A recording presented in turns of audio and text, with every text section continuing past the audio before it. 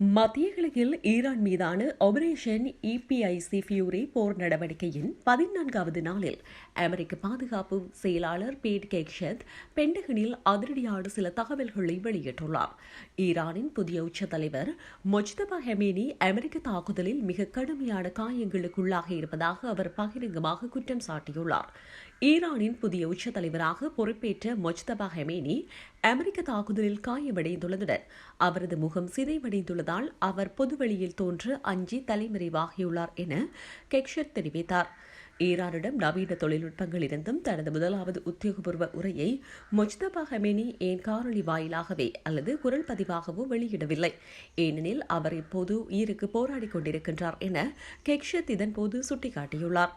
1500 ராணுவ இலக்குகள் அழிப்பு யுத்தம் தொடங்கி 14 நாட்களில் மாத்திரம் ஈரானின் 15,000க்கும் மேற்பட்ட ராணுவ இலக்குகளை அமெரிக்கா மற்றும் ஸ்டேலிய படைகள் தரைமட்டமாக்கியுள்ளன.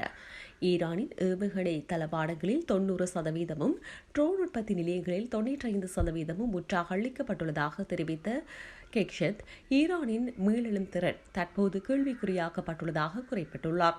ஹார்முஸ் ஜலசந்தி குறித்து உறுதிமொழி.